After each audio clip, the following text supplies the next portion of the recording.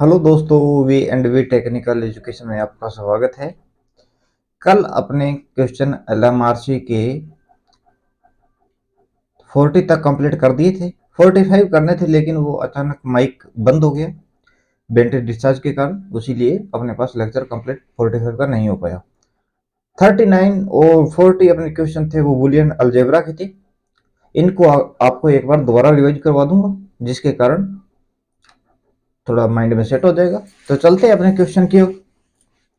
और वीडियोस को साथ में लाइक कीजिए और शेयर कीजिए, सब्सक्राइब कीजिए।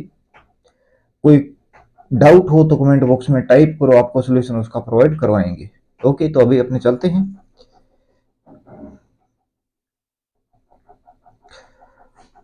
वही सिस्टम है ये, इसके अंदर क्वेश्चन टाइपिंग में थोड़ी मिस्टेक है, तो अपने ऑफिशियल पेपर खोल लेते हैं।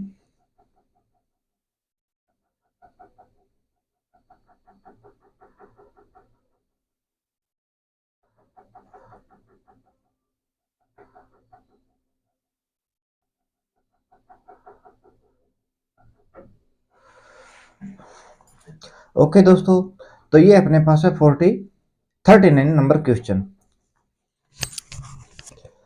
अभी चालू है। तो अपने क्वेश्चन नंबर देखते हैं 39 को। तो इसके अंदर सिस्टम है कि निम्नलिखित बुलियन फंक्शन को सरल कीजिए। ओके, तो बुलियन इसके को अपने लिखेंगे सबसे पहले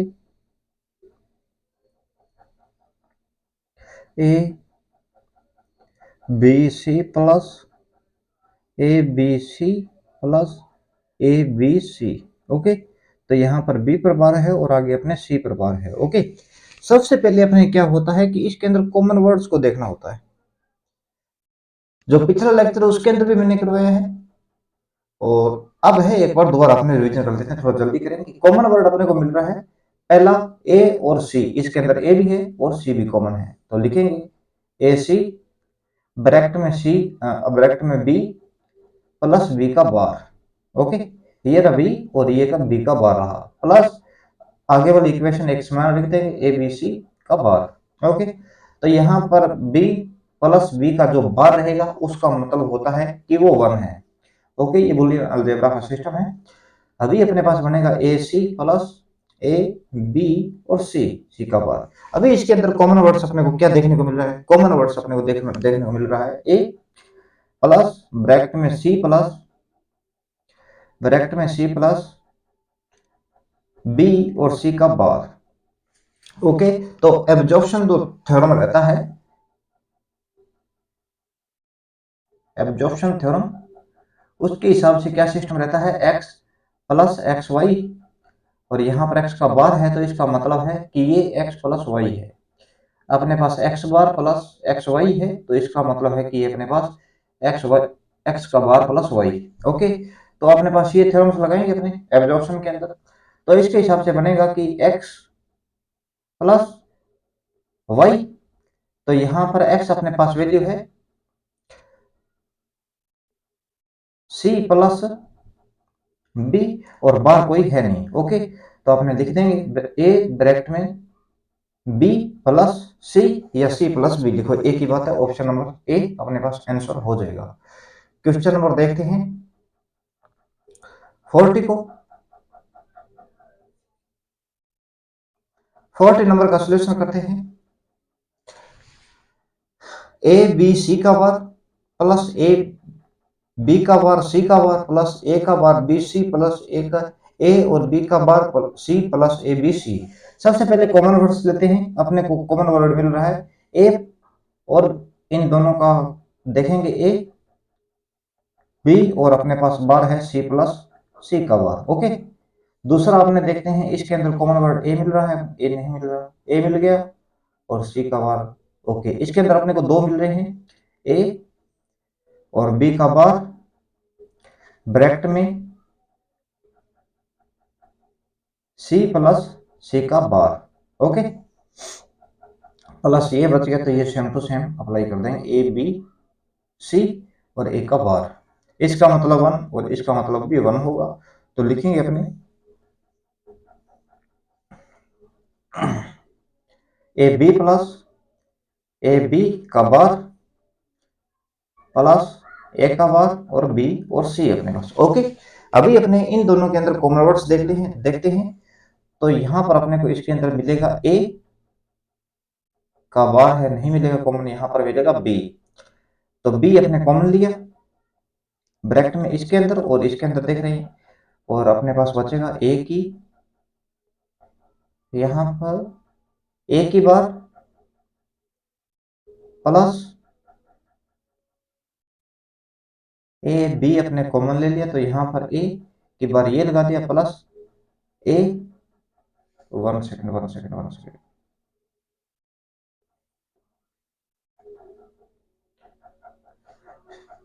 स्टार्टिंग से लिखते हैं। सबसे पहले ए को लिखेंगे प्लस, यहाँ पर ए अपने की बार है और लिख दिया अपने, बचा अपने पास सी, और अपने पास ये वैल्यू है वो सेम की सेम अप्लाई कर देंगे ए और बी का बार।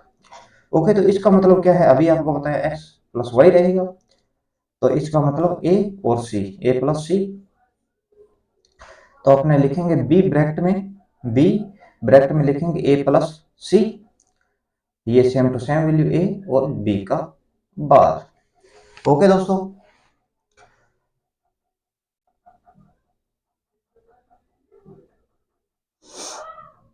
कहीं अपने कुछ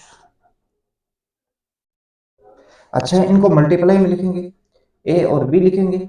यहाँ पर कलर चेंज कर देते हैं थोड़ा, स्टार्टिंग से लिख रहे हैं तो यहाँ से स्टार्टिंग कर रहे हैं तो कोई प्रॉब्लम नहीं होगी। ए और बी, ए को बी के साथ मल्टीप्लाई करना है ब्रैकेट में, तो प्लस ए बी और सी रहेगा,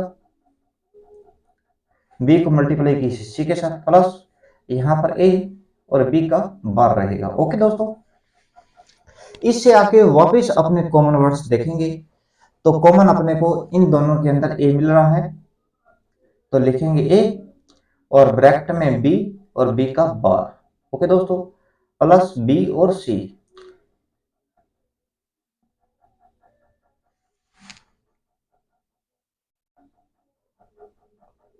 यहां पर अपने कॉमन वर्ड लिया ए और बी का बार रहेगा, इसका मतलब हो गया +1। अपने लिखेंगे ए प्लस बी और सी, ऑप्शन नंबर ए हो जाएगा। अभी अपने चलेंगे वापिस, नेक्स्ट क्वेश्चन और देखना है अपने को।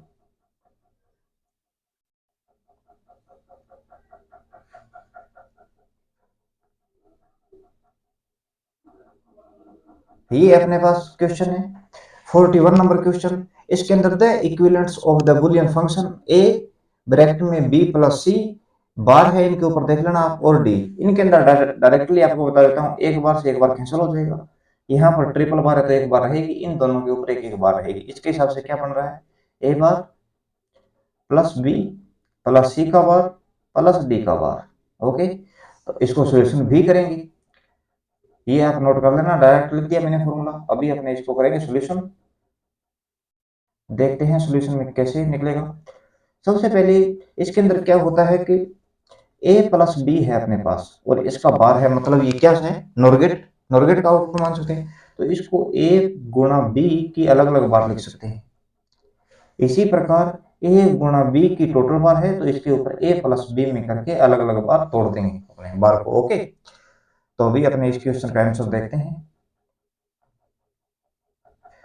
तो यहाँ पर सबसे पहले बी और डी सी को करेंगे, बी की डबल बार प्लस, प्लस है तो माइनस कर देंगे, माइनस गुणा करेंगे, गुणा सी की ट्रिपल बार, एक बार से एक बार कैंसिल और यहाँ पर एक बार बच जाएगी, यानी कि बी गुणा सी की बार। अब सभी मल्टीप्लाई में है, अब वापस मेन जो बार है इस बार को तोड़ेंगे, तो अपने लिखेंगे A plus B plus C plus D. यहाँ पर एक बार है तो एक बार का एक बार आएगा, बी के ऊपर डबल बार से अपने बार कैंसिल कर दी। ओके, तो यहाँ पर डी पर ट्रिपल बार है तो एक बार से एक बार कैंसिल और एक बार बचेगी। तो यहाँ पर अपने बी की बार डबल बार से कैंसिल कर दिया, तो बी के ऊपर कोई बार नहीं आएगी, सी के ऊपर ट्रिपल है, एक बार से एक बार कैंसिल और एक बार अपने को फिर भी मिलेगी। और यहाँ पर बी के सी डी के ऊपर बार करें तो सिंगल बार है, तो ये भी बार आएगी, ऑप्शन नंबर रहेगा अपने पास डी। क्वेश्चन अब चलते हैं मेन क्वेश्चन की ओर, मेन एग्जाम जो आपने टाइप किया है उसके अंदर। ठीक है, 39 40 और 41 तक अपने क्वेश्चन सोल्यूशन कर लिए हैं। आज करेंगे, अब करेंगे 41 से आगे। क्वेश्चन है 42, दिए गए स्विचन परिपथ में बुलियन फंक्शन क्या है? बुलियन फंक्शन की बात करें तो बुलियन फंक्शन इक्विवेलेंट है for below switching circuit. Switching circuit है तो इसके अंदर ये क्या शो कर रहा है? ए। इसके अंदर क्या हो सकता है? अपने ए से लिख सकते हैं इस परिपथ को, ए और ए बी प्लस ए सी। ये अपने पास टाइपिंग मिस्टेक है क्वेश्चन, तो अपने पास आंसर रहेगा ये A B plus A C. Question number 43, दिए गए तर्क परिपथ के अंदर सरलीकृत बुलियन व्यंजन का निर्धारण करें। Determine the simplified Boolean expressions for the given logical circuits. करते हैं सॉल्यूशन। ये अपने पास गेट कौन सा है भाई? ये अपने पास गेट है। गेट अपने पास तीन प्रकार के होते हैं। सभी गेट के बारे में देखते हैं। पहले सबसे पहले नोट गेट होता है। नोट गेट का सिंबल कुछ ऐसे रहता है और यहाँ पर डॉट रहेगा और ऐसे। यहाँ पर ए देंगे तो आउट ट्रू टेबल के हिसाब से देखेंगे। यहाँ पर अपने इनपुट देंगे और यहाँ पर रहेगा आउटपुट। ओके, तो ट्रू टेबल के अंदर 0 देंगे तो आउटपुट में 1 मिलेगा। ये अपने इनपुट लिख देते हैं। यहाँ पर लिखेंगे आउटपुट। ओके, 0 देंगे तो 1 आउटपुट में मिलेगा और 1 देंगे तो आउटपुट में 0 मिलेगा। अपोजिट मिलेगा, मतलब इसे इनवर्स गेट भी कहते हैं। ओके, अब अपने देखते हैं। आप नोट करते रहना, मैं मिटाते रहूंगा तो। ओके, अभी देखते हैं अपने इसके अंदर और गेट को। और गेट कुछ इस प्रकार रहता है। यहाँ पर इनपुट ले लिया, ए और बी मान लिया हमने। तो इनपुट के अंदर क्या रहता है? इनपुट के अंदर 0 देंगे, 0 देंगे, या 0 1 देंगे, या 1 0 देंगे, या 1 1 देंगे। ओके, इसका सीक्वेंस आपको पता ही है, इसको आप योग करके देखते रहना। ये संख्या में इनवर्स यानी कि इंक्रीमेंट वृद्धि करेगा। जिस प्रकार 0 0 0 है, 1 0 1 आ गया, 0 1 2 हो गया, 1 और 2 3 हो जाएंगे। ओके, इस प्रकार संख्या में इंक्रीमेंट रहता है। अभी अपने करते हैं इनपुट और आउटपुट। 0 0 होगा तो आउटपुट में 0 रहेगा। और गेट है मतलब योग करा है। 0 और 1 है तो 1 आएगा, 1 और 0 है तो 1 आएगा, 1 1 है तो 1 आएगा। ओके, ये ट्रू टेबल है इसकी। क्वेश्चन नंबर हटाते हैं इसको। आप नोट करते रहो हाथों हाथ, जस्ट इसको डिलीट करते रहेंगे। अभी देखते हैं अपने एंड गेट। एंड गेट के अंदर क्या रहता है? एंड गेट का सिंबल कुछ ऐसे होता है। यहाँ पर ए और बी दो आउट इनपुट है और ये आउटपुट है। इनपुट में 0 0 या 0 1 या 1 0 दे सकते हैं, या 1 1 दे सकते हैं। ओके, 0 0 होगा तो मल्टीप्लाई करेंगे तो 0 बचेगा, 0 1 को मल्टीप्लाई करेंगे 0 बचेगा, 1 0 को करेंगे मल्टीप्लाई तो 0 आएगा, 1 1 को करेंगे तो 1 आएगा। ये अपने पास एंड गेट है। ओके, अभी अपने देखते हैं ये तीनों गेट जो करा दिए, नोट एंड और, ये तीनों गेट बेसिक गेट की श्रेणी में आते हैं, बेसिक गेट्स रहते हैं। अभी अपने दो गेट करेंगे, नोर और नैंड। ये यूनिवर्सल गेट कहते हैं इनको। यूनिवर्सल गेट इसलिए कहा जाता है कि इसके अंदर सिस्टम क्या होता है कि अपने इन गेट्स की सहायता से, नोर नैंड की गेट की सहायता से किसी भी गेट को बना सकते हैं। ओके, अभी अपने गेट लेते हैं, नोर गेट लेते हैं। चलो, नोर गेट का कुछ सिंबल ऐसे रहता है।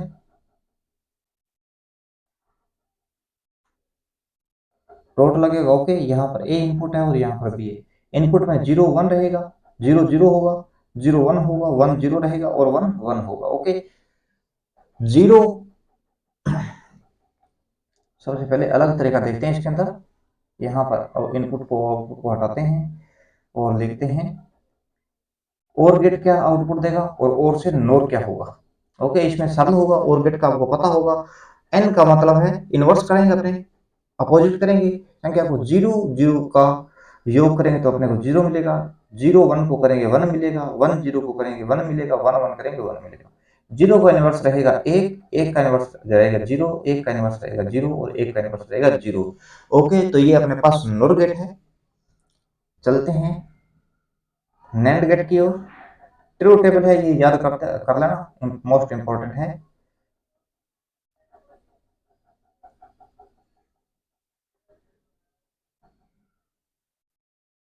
ओके, तो अब अपने करते हैं नैंड गेट। नैंड गेट का कुछ सिंबल ऐसे रहता है। यहाँ पर ए इनपुट देंगे और यहाँ पर बी इनपुट देंगे, ये रहेगा आउटपुट अपने पास। आउटपुट को आप वाई लिख सकते हो। ओके, और यहाँ पर 0 1 0 0 को मल्टीप्लाई करेंगे 0 आएगा, 0 1 को करेंगे 0 आउटपुट में आएगा, 1 0 को करेंगे 0 आएगा, 1 1 को करेंगे 1 आएगा। 0 का इनवर्स रहेगा, यहाँ पर नॉर की जगह नेंड लिख देते हैं, कहीं यहाँ विचलन हो जाओ ऐसे ही।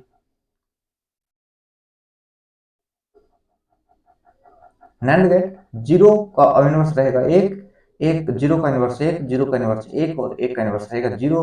ये अपने पास जो गेट रहता है ये गेट होता है नैंड गेट। आप इतने ही गेट याद कर लेना, बाकी दो गेट रहेंगे उनका आपको थोड़ा एग्जांपल बता देता हूं मैं।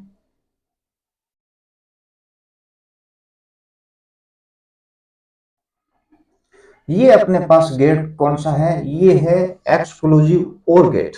एक्सक्लूसिव और गेट, अगर यहां पर डॉट लग जाता तो ये हो जाता अपने पास exclusive nor gate. Okay, exclusive और गेट का क्या मेन सिस्टम रहता है कि इसके अंदर डिफरेंट डिफरेंट इनपुट मिलने पर आउटपुट मिलेगा।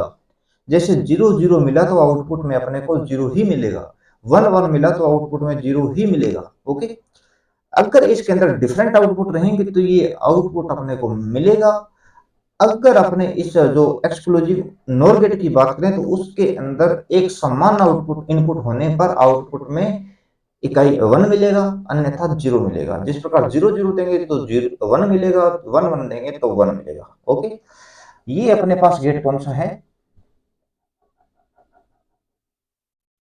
ये अपने पास गेट है एक्सक्लूसिव और गेट। एक्सक्लूसिव और गेट है ये।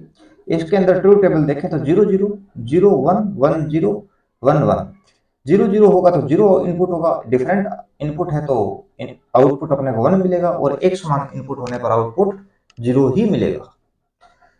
एक्सक्लूसिव नॉर गेट, इसके अंदर ट्रू टेबल देखेंगे, इसके अंदर क्या सिंबल है, उसके अंदर बस आगे डॉट ही लगेगा, इतना ही डिफरेंस है।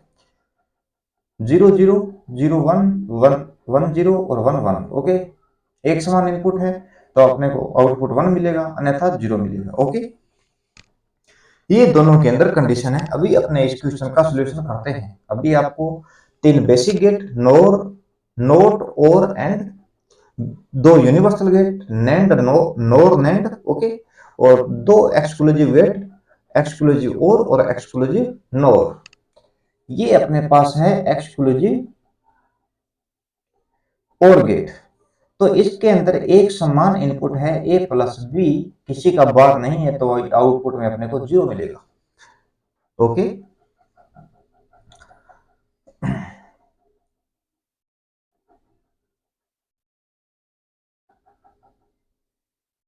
अब यहां पर इसके अंदर देखते हैं तो ये अपने पास गेट कौन सा है, ये है और गेट। और गेट के अंदर एक तो ये सीधा ए आ रहा है, ए आ गया सीधा डायरेक्टली। ओके, और यहाँ पर बी की बात करें तो बी के अंदर बी का बार मिलेगा, क्योंकि यहाँ पर डॉट लग गया। डॉट का मतलब है कि ये नेट गेट नॉट गेट लगाया है यहाँ पर आपने। ओके, तो यहाँ पर इसके अंदर आउटपुट क्या रहेगा इस गेट का, इस गेट का आउटपुट रहेगा ए प्लस बी का बार। ओके, क्योंकि यहाँ पर आपने लगा दिया कि डॉट, इस डॉट का मतलब है कि ये नॉट गेट लगाया यहाँ पर। ओके, ए प्लस बी मिला, और यहाँ पर आगे जाएंगे तो आगे जाने पर अपने को यही मिलेगा ए प्लस बी का बार, क्योंकि यहाँ पर तो 0 निकल गया, पहले एक समान इनपुट है, या तो ए बार रहता, बी प्लस सीधा डायरेक्टली बी रहता, या ए डायरेक्ट रहता और बी का बार होता तो अपने को आउटपुट जरूर मिलता। इस कंडीशन में ये आउटपुट नहीं देगा, अपने पास ए प्लस बी का बार आउटपुट रहेगा। अपने बी के ऊपर बार लगा के इसको ऑप्शन को बी कर देते हैं। क्वेश्चन नंबर 44, दिए गए फ्लिप फ्लॉप का तर्क व्यवहार, the logical behaviour of the giving flip flop circuits, किसकी तरह व्यवहार करेगा ये। आपको चारों गेट इसके अंदर जो फ्लिप फ्लॉप होते हैं, सबसे पहले रहता है RS flip flop. RS flip flop के अंदर क्या होती है, जब अपने इसको प्रीवियस कंडीशन में चेक करते हैं तो अपने पास आउटपुट क्यू माने से सीधा, जब इसको इनपुट अपने देंगे ए और बी अपने इनपुट दिए जिसे, तो ये आउटपुट में प्रीवियस 0 मिलेगा, और 1 1 दिया अपने इनपुट तो उस कंडीशन में अपने को आउटपुट देगा क्यूब बार, यानी कि प्रीवियस कंडीशन का अपोजिट। आरएस के द्वारा डेटा फ्लिप फ्लॉप बनेगा और जेके के द्वारा टॉगल फ्लिप फ्लॉप। जेके का मतलब है जैक किलबी के द्वारा ये निर्माण किया गया था। इस क्वेश्चन का अपने पास आंसर रहेगा फ्लिप फ्लॉप। आपको मैं चारों करवाऊंगा पूरे डीपली से। अभी अपने इसका आंसर देखते हैं। तो इस कंडीशन में अपने को जो डी है, डी का गया क्यू पर डायरेक्टली, क्यू का बार, तो ये अपने पास जेके फ्लिप फ्लॉप है। Question number 45।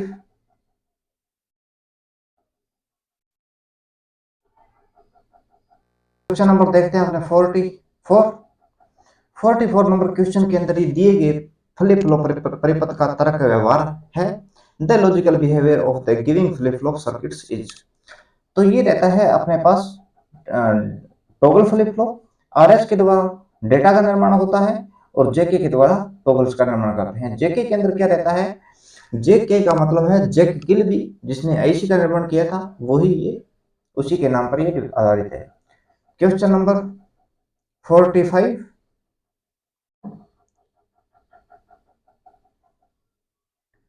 सप्लाई टर्मिनल्स में वायर सिस्टम पर किसी भी बिंदु पर अनुमत वोल्टेज ड्रॉप किससे अधिक नहीं होना चाहिए। तो आपने जो पढ़ा है प्लस माइनस, वो यहाँ पर अप्लाई नहीं रहेगा। इसके अंदर रहता है, यहाँ पर रहता है 2% plus minus 1 voltage. Okay, plus minus नहीं रहता, डायरेक्टली प्लस रहता है, +1 वोल्टेज अधिक एक्स्ट्रा वोल्टेज ड्रॉप मान के चलते हैं। तो जो अपने वितरण, जो अपने घरेलू डोमेस्टिक लोड के अंदर बात करते हैं, तो वो +2% वो प्रतिशत वेरिएशन के साथ और +1 अपने को एक्स्ट्रा मान के ड्रॉप मान के चलते हैं। ओके, तो यहाँ पर आंसर रहेगा अपने पास बी। यहाँ पर माइनस नहीं रहेगा, प्लस रहेगा। ओके, क्वेश्चन नंबर 45 का आंसर नंबर रहेगा बी। अपने बात करते हैं 132 के भी, 220 के भी, 400 के भी और 765 के भी।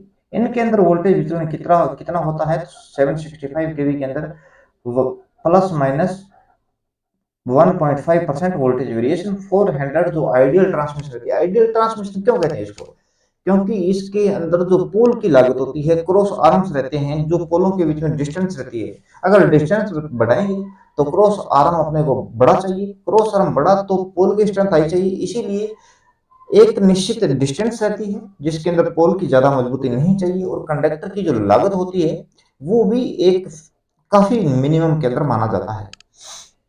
इसीलिए इसको आइडियल ट्रांसमिशन कहते हैं। तो 400 केवी के अंदर प्लस माइनस 1.5% वोल्टेज वेरिएशन रहता है। 220 के अंदर 2% वोल्टेज वेरिएशन रहता है। 132 के अंदर 3% वोल्टेज वेरिएशन रहता है। ये याद कर लेना आप, वेरी मोस्ट इंपॉर्टेंट है। साथ में इसके अंदर चालकों को अपने यूज में लेते हैं। चालक की बात करें तो डॉग कंडक्टर रहता है, आपने कभी पढ़ा ही नहीं होगा पहले। डॉग रहता है, पैंथर रहता है, जेब्रा रहता है और मूंज रहता है। जो अपने पास डॉग कंडक्टर होता है ये 33 केवी से लेकर 66 केवी तक यूज किया जाता है और ये 300 एम्पियर करंट फ्लो के लिए रहता है अपने पास। पैंथर जो कंडक्टर होता है ये 66 केवी से लेकर 132 केवी तक रहता है और इसके करंट कैपेसिटी रहती है 480 एम्पियर करंट रेटिंग, जो करंट फ्लो करवा सकता है। जेब्रा कंडक्टर होता है 132 केवी से लेकर 220 केवी के मध्य और करंट जो 735 एम्पियर तक फ्लो करवाता है।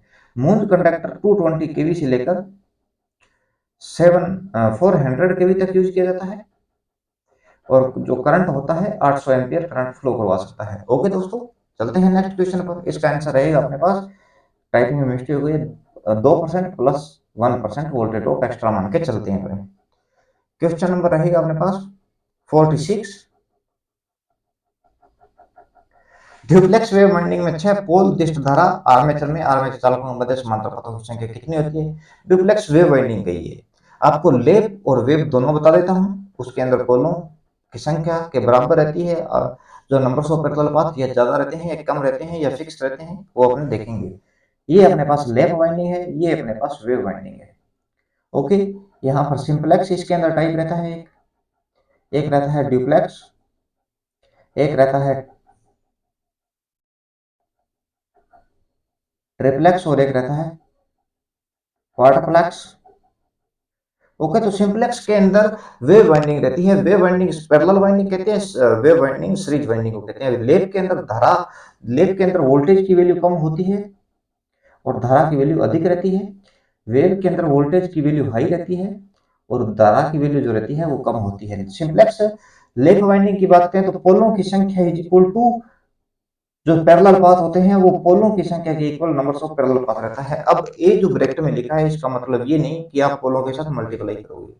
ए इसलिए लिखा है कि pole is equal to pole लिखते हैं तो क्या समझ में आएगा, pole is equal to numbers of parallel path जो है पोलों के इक्वल है, इसीलिए ए ब्रैकेट में लिख दिया कि ये नंबर्स ऑफ पैरेलल पाथ है, न कि मल्टीप्लाई करना। ये आप ध्यान रखना, वीडियो पॉज करके आगे चले गए तो ये समझ से बाहर हो जाएगा।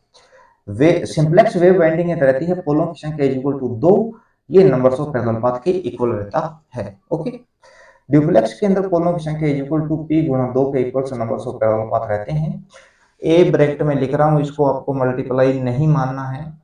तो सबसे पहले लिखा है पोल, पोलों के इक्वल है, जो नंबर्स ऑफ पैरेलल पाथ है वो पोल गुणा 2 के equal number of parallel path है, इसीलिए पैरेलल पाथ को दर्शाने के लिए ए लिख रहा हूं मैं ब्रैकेट में।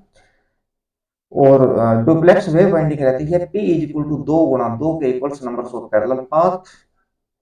ट्रिप्लेक्स के अंदर पोलों की संख्या is equal to numbers of parallel path जो रहते हैं वो, इसको हटाएंगे, numbers of parallel path p गुणा 3 के equal number of parallel path. जबकि ट्रिप्लेक्स वेव वाइंडिंग रहती है 2 गुणा प्लेक्स, तो numbers of parallel path triplex तो 3 से मल्टीप्लाई करेंगे। क्वार्टरप्लेक्स के अंदर p गुणा 4 के equals number of parallel path रहते हैं और क्वार्टरप्लेक्स वेव वाइंडिंग के अंदर पोलों की संख्या इज इक्वल टू 2 गुणा प्लेक्स के इक्वल, प्लेक्स अपने पास 4 है तो नंबर्स ऑफ पैरेलल पाथ रहते हैं। अभी दोस्तों करते हैं डुप्लेक्स वेव वाइंडिंग है। डुप्लेक्स है तो 2 गुणा प्लेक्स करेंगे, जो पोलों की संख्या के, जो डुप्लेक्स वेव वाइंडिंग नॉर्मली अपने पास रहती है तो इसके अंदर जो पोलों की संख्या रहती है वो समांतर पथों के इक्वल रहती है 2 के इक्वल। ओके, तो अब डुप्लेक्स कह रहा है तो 2 गुणा प्लेक्स कर देंगे अपने, प्लेक्स अपने पास 2 है और पोल अपने पैरेलल पाथ थे जो वेव वाइंडिंग के अंदर वो अपने पास थे 2। ओके, तो अपने पास मिलेगा 2 गुणा 2 यानी कि 4, ऑप्शन नंबर बी रहेगा। क्वेश्चन नंबर 47, बढ़िया न्यूमेरिकल आगे। एक शंट जनरेटर, शंट जनरेटर बनाएंगे सबसे पहले।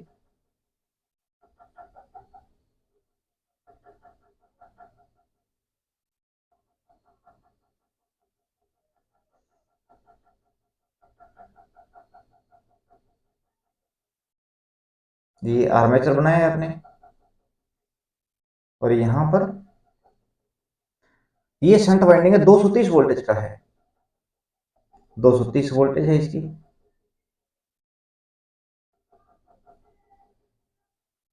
ओके,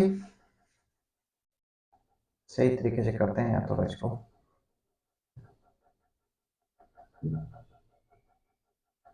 ओके, और 450 एम्पियर प्रदान करता है। जनरेटर है तो ये अपने को आउटपुट में देगा 450 एम्पियर। ओके, शंट क्षेत्र और आर्मेचर क्षेत्र का प्रतिरोध शंट का है 500 ओम, आर्मेचर का है 0 पॉइंट, साइड में लिखते हैं थोड़ा, 0.030 ओम्स रहेगा। जनरेटर में निर्माण होने वाला विद्युत वाहक बल की गणना करें। Okay, A shunt generator delivered 45 amperes and 230 volt. The resistance of the shunt field and armature are 2, तो नहीं है ये 500। इस प्रकार तो अपने पास ये 50 ओम होगा, 50 रहेगा तो एम्पियर ज्यादा रहेगा करंट। चलो एक बार 500 मान लेते हैं, 500 ओम का रेजिस्टेंस मान लेते हैं। 0.03 ओम आर्मेचर का रेजिस्टेंस है, respectively calculation the generated EMF. Okay, तो अपने ज्ञात करते हैं इसके लिए बैक ईएमएफ। एक चीज याद रखना कि मोटर के अंदर टर्मिनल वोल्टेज से आधा अगर बैक ईएमएफ है, लिख ही देता हूं मोटर के लिए मैक्सिमम एफिशिएंसी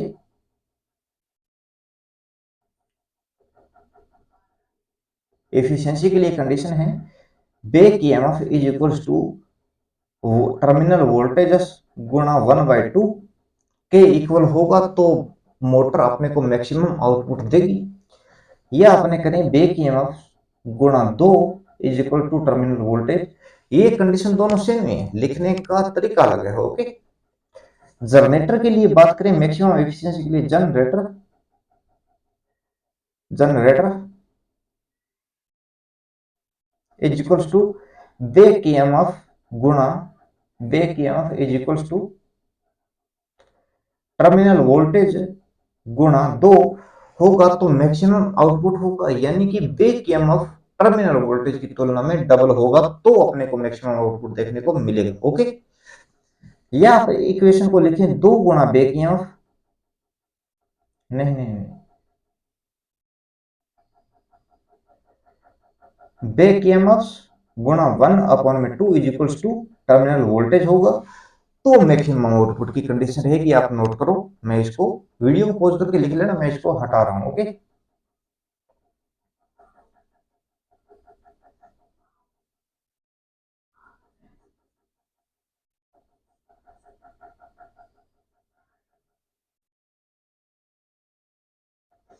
अभी अपने लिखते हैं कि यहां पर आर्मेचर के अंदर करंट, फील्ड वाइंडिंग में करंट कितना होगा। ये लोड करंट है अपने पास, लोड करंट, ये ईएमएफ टोटल करंट जनरेट हो रहा है, आर्मेचर करंट मानेंगे। यहां पर जो करंट जा रहा है ये कहेंगे शंट फील्ड धारा। अब अपने इसके अंदर थोड़ा इक्वेशंस लिख देते हैं। Armature current is equals to load current plus shunt field धारा। ओके, लोड करंट ज्ञात करना है तो armature current minus shunt field धारा। ओके, और अपने को लिखना है यहाँ पर शंट फील्ड धारा, तो अपने इसके अंदर लिखेंगे armature current minus load current. तो फील्ड वाइंडिंग का करंट कितना है तो अपने करेंगे ईएमएफ आईएसएच शंट फील्ड धारा, तो करेंगे वोल्टेज अपॉन में रेजिस्टेंस अपने पास है R S H. Okay, voltage है 250 230, तो अपने पास इसका रेजिस्टेंस जो रहेगा वो 500 नहीं रहेगा, क्वेश्चन में टाइपिंग मिस्टेक हुआ है, ये है 50 ओम का। ओके, यहाँ पर ये 2 नहीं है, यहाँ पर ये ओम है और यहाँ पर 50 ओम रहेगा। ओके, 50 ओम है तो 230 के अंदर 50 से डिवाइड करेंगे, 230 अपॉन में 200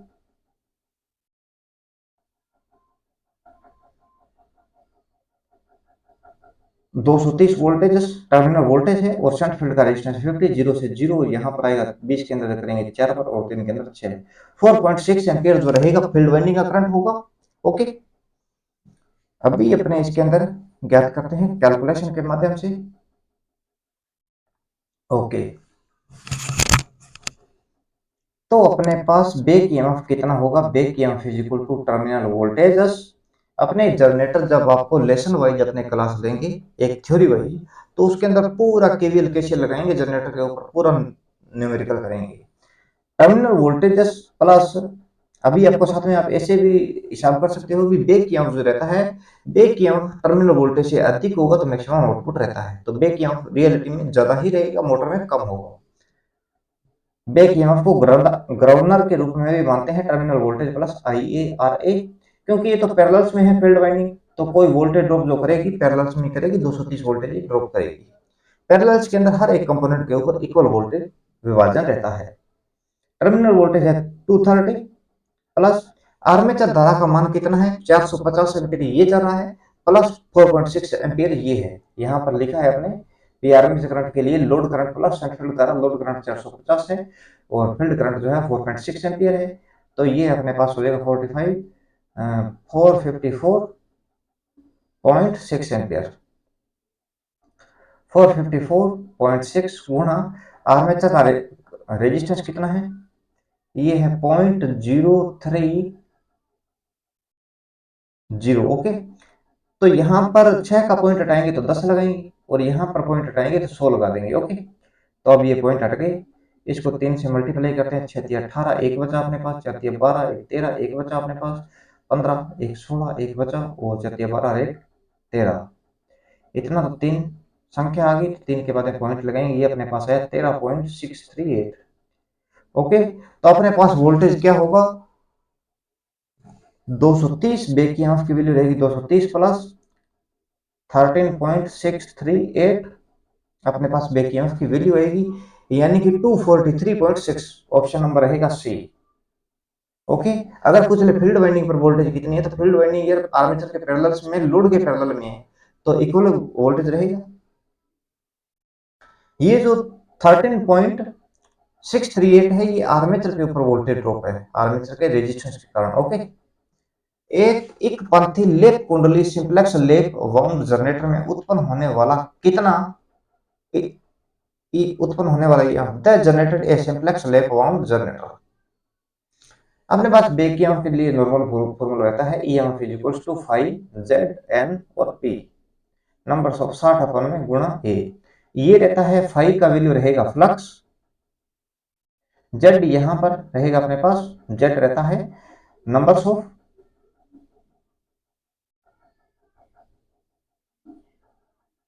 कंडक्टर, जो स्लोट के अंदर कंडक्टर की एक्टिव लेंथ रहती है उसे कंडक्टर कहते हैं। ओके, जो एक्टिव लेंथ रहती है, और दो कंडक्टरों को एक टर्न्स बनाने के लिए दो कंडक्टर को जोड़ेंगे, और जो दो कंडक्टर अपने पास होते हैं वो दो कंडक्टर को जोड़ने के लिए एक अवर हैंड यूज में लेते हैं, जो कि निष्क्रिय रहती है, वो ईएमएफ प्रोड्यूस का काम नहीं करती, किन्हीं दो कंडक्टरों को जोड़ने के लिए यूज में ली जाती है। ओके, ये एक्स्ट्रा कॉपर लागत रहती है, और ये रिक्वायर्ड भी रहती है, जरूरी होता है, क्योंकि कंडक्टर को जोड़ेंगे कैसे अन्यथा।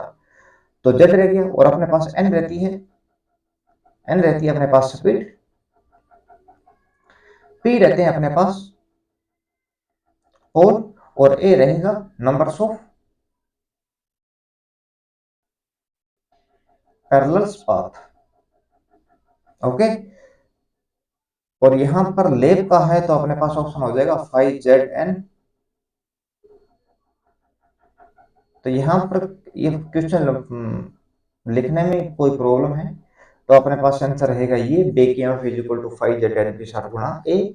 अगर लेप वाइंडिंग सिंप्लेक्स लेप कहते तो अपने नॉर्मली ए को 2 मानेंगे, पिछले क्वेश्चन में अपने किए ये कैलकुलेशन, ए को नॉर्मली 2 मानेंगे, तो 2 गुणा 60 तो 120 हो जाएगा। ओके, क्वेश्चन नंबर करेंगे 49,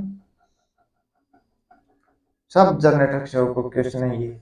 एक चतुर भुजीय जनरेटर 4 पोल जनरेटर जिसमें तरंग कुंडली यानी कि वेव वाइंडिंग आर्मेचर घुमाव होता है, 51 स्लॉट है, प्रत्येक स्लॉट में 20 चालक होते हैं, प्रति ध्रुव फ्लक्स 7.0 मिली वेबर्स है, तो 1500 आरपीएम पर चालित होने पर मशीन में उत्पन्न होने वाला वोल्टेज क्या होगा।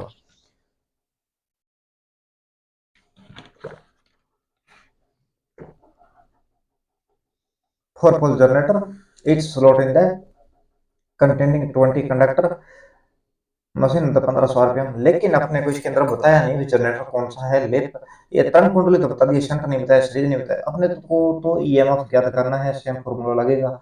अगर आपको पिछले क्वेश्चन के फॉर्मूला का पता है तो इसमें नॉर्मली ज्ञात हो जाएगा, अन्यथा दो क्वेश्चन गलत करोगे, अन्यथा आप दो सही करोगे। कंटिन्यूस वाइज दिए हैं 5 जेड एन पी अपन में 60 गुणा ए। अपने पास फ्लक्स है 7.0 गुणा 10 की पावर -3 मिली वेबर्स के अंदर गुणा जेड अपने पास रहेगा, जेड कंडक्टर प्रत्येक स्लॉट में 20 है, और टोटल स्लॉट है 51, तो अपने लिखेंगे 51 गुणा 20 गुणा जेड, और स्पीड अपने पास है 1500 आरपीएम गुणा, और अपने पास 5 जेड एन की पोल है, 4 पोल, पोल रहेंगे 4 अपॉन में 60, और ये है वेव तरंग कुंडली है, अपने को सिंपलेक्स डुप्लेक्स ट्रिप्लेक्स क्वाड्रप्लेक्स कोई बाइंडिंग नहीं बताई, तो नॉर्मली 60 गुणा 2 करेंगे। करते हैं इसका सोल्यूशन, ये माइनस में नीचे आके प्लस का हो जाएगा, 1000 लगा देते हैं, जीरो से जीरो निकाल देंगे, 2 जीरो से 2 जीरो निकाल देंगे, 15 चौक 60, तो 60 से 60 कट जाएगा, यहाँ पर 2 से 2 कटेगा, तो अपने पास बचेगा 7 गुणा 51, आउटपुट रहेगा 7 एकम 7 इज इक्वल्स टू 7 5 35, 7 को 7 से करेंगे और 7 5 35, तो ये हो जाएगा 357।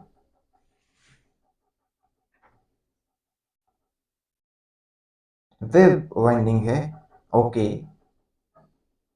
7.0 मिली वेबर है, 1500 आरपीएम में। प्रत्येक स्लॉट के अंदर 20 कंडक्टर है, 51 स्लॉट है टोटल। चतुर्भुज 4 पोल जनरेटर है। अपने कोई कैलकुलेशन में तो प्रॉब्लम नहीं की, चलो इसको दोबारा देखते हैं। सही है, उसके बाद में या तो ऑप्शन टाइप मिस्टेक हुआ है। फ्लक्स अपने पास है 7.0 मिली में है, तो अपॉन में 10 की पावर 3 कर देंगे, 3 का मतलब है 1000, गुणा अपने पास स्लॉट कितने हैं 51, 51 गुणा कितना हो जाएगा 50 102, 1020 हो जाएंगे टोटल। 51 गुणा 2, तो ये हो जाएगी 102 और 0 का 0, 1020 गुणा आरपीएम अपने पास 1500 आरपीएम है, स्पीड गुणा 4 पोल का है, और यहाँ पर 60 गुणा ए कर देंगे। ए अपने पास कितना है 2, ओके। तो यहाँ से 2 को डिवाइड करेंगे तो 2 आएगा, 0 से 0 निकाल देंगे, 1 0 से 1 0 ये निकल जाएगा, और 1 0 से ये 1 0 निकल जाएगा, ओके।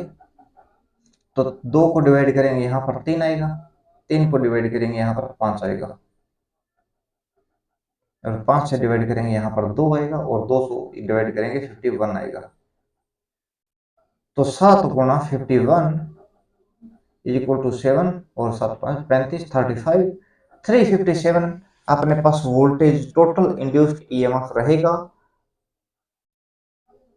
उत्पन्न वोल्टेज क्या होगी, तो अपने पास वोल्टेज रहेगी 357 वोल्टेज। कोई क्वेश्चन में डाउट नहीं रखना है, क्वेश्चन अपने का आंसर रहेगा 357 वोल्टेज, ऑप्शन में है चाहे ना है, अपने खुद को विचलन नहीं होना है। क्वेश्चन को स्टार्ट करते हैं। 50 नंबर क्वेश्चन दोस्तों काफी लेंदी थे, बुलियन अलजेब्रा था, जनरेटर के थे, तो आपको नॉर्मल थोड़े थोड़े क्वेश्चन करवा के कंप्लीट करवाने हैं, उसमें कोई डाउट वाली बात नहीं है। लेकिन जितने कम क्वेश्चन होंगे आप उतना ही बेटर समझ पाओगे, ओके। इसीलिए अपने आज 50 क्वेश्चन करेंगे, आगे 25 रहेगी, तो 2 लेक्चर में कंप्लीट कर देंगे। पूरा डीपली से देखेंगे इस क्वेश्चन का ये आंसर क्यों हो रहा है। 50 नंबर क्वेश्चन, मोटर आर्मेचर में दिए गए वोल्टेज को the voltage V applied across the motor armature has, तो केवल प्रति विद्युतीय वाहक को नियंत्रण करना पड़ता है, और कम द बैक ईएम ओनली, केवल आर्मेचर ओमिक ड्रॉप को आपूर्ति करनी पड़ती है, supply the armature ohmic drop only, okay. प्रति विद्युत वाहक बल को नियंत्रण और आर्मेचर अनुपात की आपूर्ति दोनों करने पड़ते हैं, overcome the back EMF and supply to the armature ohmic drop प्रतिपूर्ति करनी पड़ती है, कंपनसेशन स्पीड ड्रॉप। तो अपने इसके अंदर क्वेश्चन का आंसर क्या रहेगा, आर्मेचर में दिए गए वोल्टेज को the voltage a applied across motor armature has to, voltage V क्या होता है। क्वेश्चन नंबर अपने को थोड़ा कम लग रहा है, तो question number main question paper की ओर चलते हैं।